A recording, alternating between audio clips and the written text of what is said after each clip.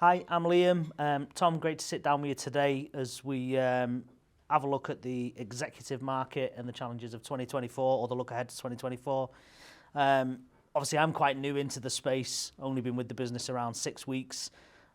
Looking at 2023, I've noticed that a lot of focus or a lot of the challenges around the executive market seem to be on increasing productivity. How do we get the right people to help us squeeze the most out of margins, really? Is that a reflection of what you've seen, or what do you think the 2023 market has been for executive search? Yeah, I think realistically, when we look back at the market in 22, backlog was a lot easier for companies to achieve. It was moving extremely efficiently from a sales point. In fact, sales were coming to them.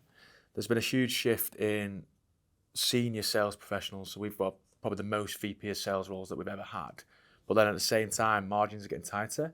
So we've had VP of operations, ops leads, operations directors globally, because people are struggling to get the efficiencies out of the business to make the margin. So they've had to look forward and then look backwards into what they're actually doing day to day.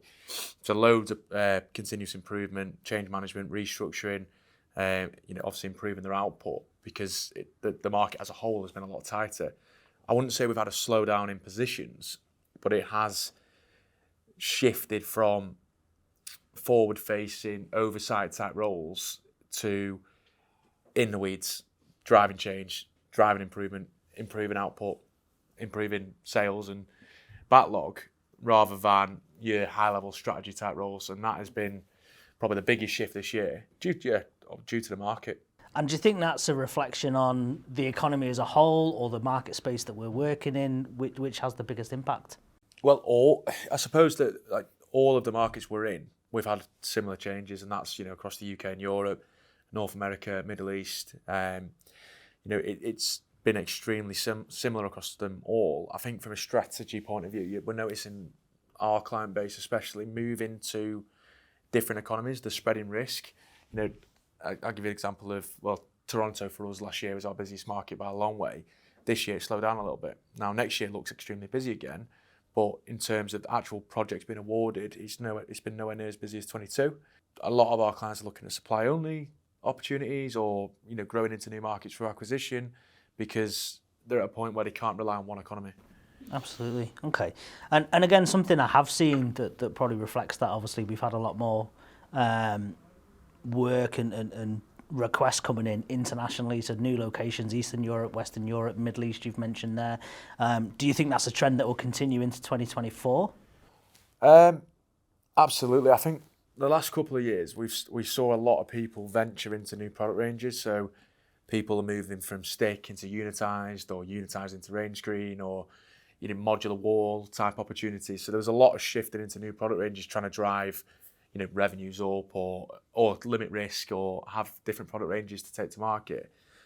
This year, I've noticed people driving into new locations, and it's been a lot more common. It's been extremely common this year. There's people looking into where they can base their manufacturing, because economies of scale work better, or they can move into new markets where they can leverage talent and product ranges better into different locations. So we've seen a huge shift in companies, especially in North America, looking at the UK and Europe, European opportunities, or companies in the Middle East looking at moving into North America and back into the UK and Europe. It's been extremely different the last 12 months than it was the 12 months previous. And do you think any of those decisions to go into market, absolutely they follow economies, they look at efficiencies, they look at anything that can help their businesses drive.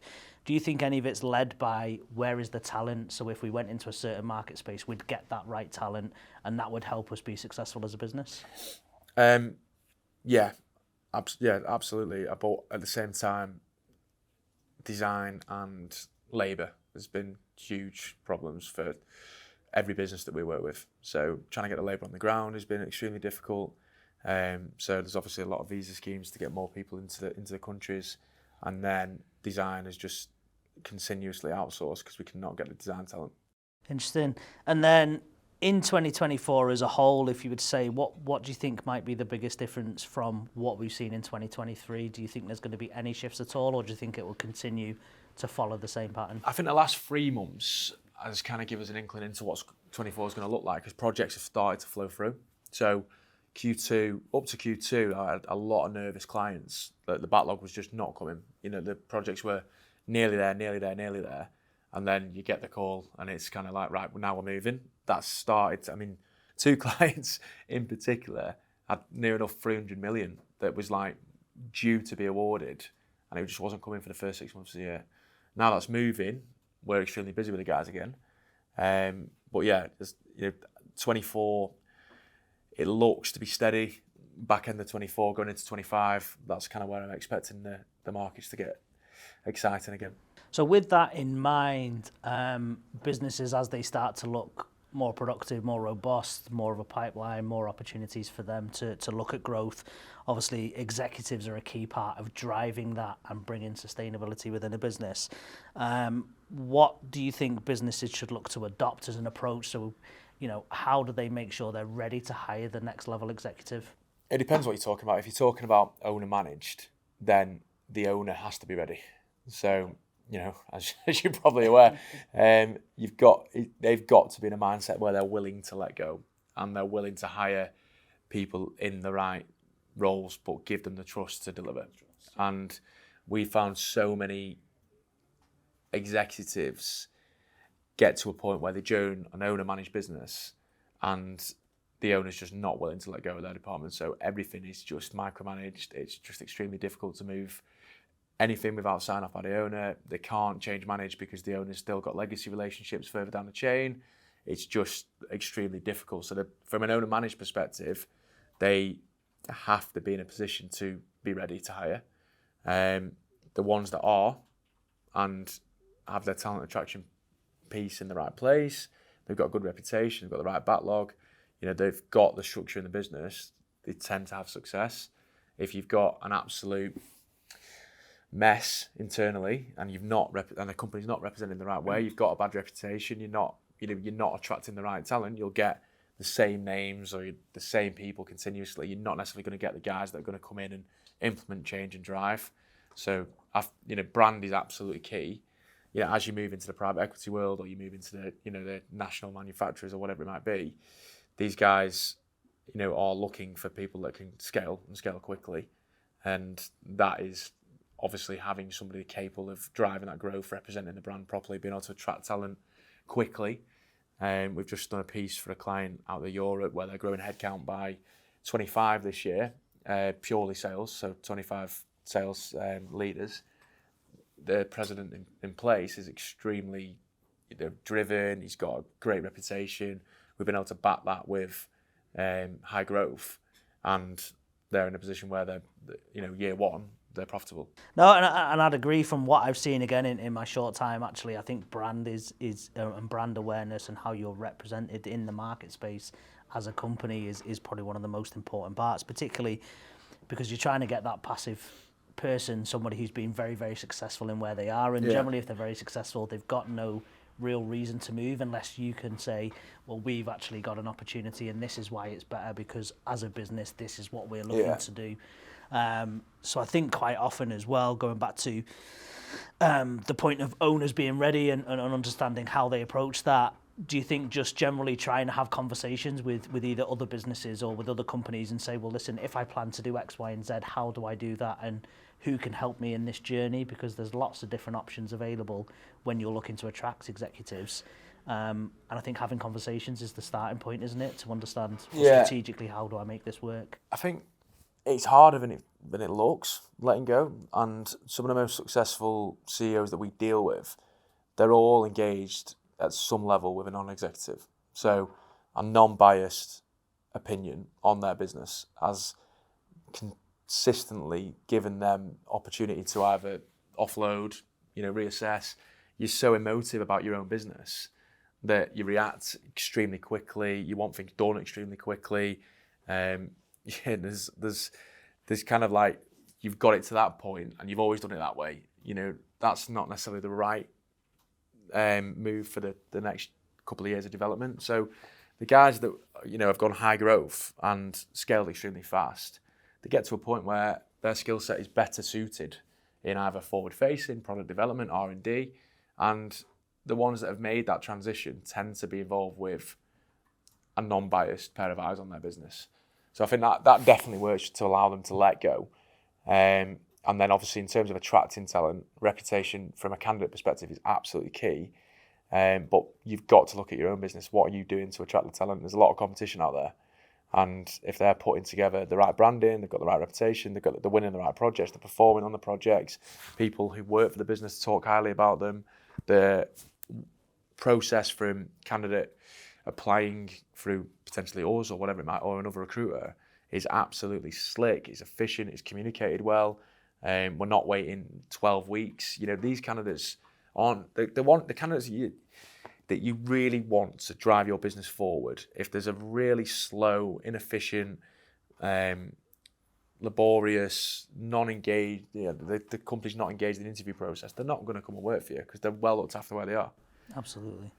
I'd agree. So Tom, if we were to look at family-owned businesses and they were looking at strategy from an executive level to take their business to the next level or the next stage, whatever they're looking to do, we have seen pitfalls in that in the past. So what would your recommendation be in terms of how they can kind of navigate those waters from an executive perspective? Well, yeah, I suppose similar to privately owned, they need to be ready. The owner needs to be ready to make changes. And it's extremely difficult. So when we're speaking to high-level executives who are, not necessarily looking, and we're going into them to try and pull them out for, a particular client of ours, one of the main questions we get asked is the family involved in the business? And that is because there's legacy relationships, or there's, kind of a biased opinion on family in the business, or whatever it might be. So if that is kind of the case internally, my opinion would be to hire a consultant first, whether that will be to look at the structure of the business, to upskill family to a point where they're ready, to give a non-biased opinion to the board, whatever it might be. But the main approach, if you've got, say for example, as a CEO, your cousin you've hired and he's driving operations, this consultant then can either upskill, advise, or identify gaps, which hopefully gives you an opinion before you then hire a VP of operations who's going, you've hired me to do a job, I need to make choices. Because whatever way you look at it, there's extremely ruthless owners out there that wouldn't tolerate non-performance. But then there's a lot of the family-owned business, it ties in, doesn't it, from a family perspective. There's a lot of businesses that there's lots and lots of family involved, and they're not willing to make those tough choices. So if you're not willing to make it, that's fine, but get a non-biased opinion before you bring in a high-flying executive who's going to get extremely frustrated when you're not making the choices. So now if we looked at a PE-backed company looking to go to the next level or make those changes again, with the added, I suppose, pressure or difference being that the investors expecting returns, what would you advise them to look at? Experience working with PE. I think they're a different animal. I think that you can get somebody that's worked for, a privately owned business or whatever it might be, but if they've not worked with the pressure of working for PE and not been able to report properly, not be able to drive change quick enough, the pressure that's coming back from shareholders is just too much for a lot of people. We Managing see a lot expectations as well. We see a lot of people jump into the PE world due to an acquisition or whatever it might be, and it absolutely crumbles them. And some people fly, by the way. It's not a one case fits all, but the pressure of not being involved in that world and going into it is sometimes too much. Okay. If somebody's been involved with it, they know the expectations, they know how to drive shareholder value quickly, they tend to succeed. And there's also a lot of, if you're going into that world and you're expected to drive change extremely quickly, and there's legacy relationships or whatever it might be from the last 10 years working for that company, and it's been like turning a ship because the owner's not necessarily wanted to change it that fast, that's probably not going to be the right mentality from a PE-backed business. Okay, so to summarise then for 2024, particularly in terms of engaging and attracting that executive talent, we think brand awareness, absolutely key. Yeah. Slick process. Willingness to trust in the individuals that you're looking to bring in. So again, that comes as making sure you have your plan ready, so you know exactly why you're bringing in an executive, what they're for, and what the purpose is. It's not always their fault, is it? Sometimes you've got to look at yourself. And Absolutely. if you keep burning through, talent, you've got to sometimes look internally and go, why am I doing this? And that sometimes just takes an unbiased pair of eyes. 100%. Excellent. Well, I'm excited for 2024. I think the executive world has a lot to offer. I think lots of different international opportunities, lots of new markets, lots of, I suppose, spreading the risk is a message which makes it very exciting for anyone looking for a new role in an executive position during 2024.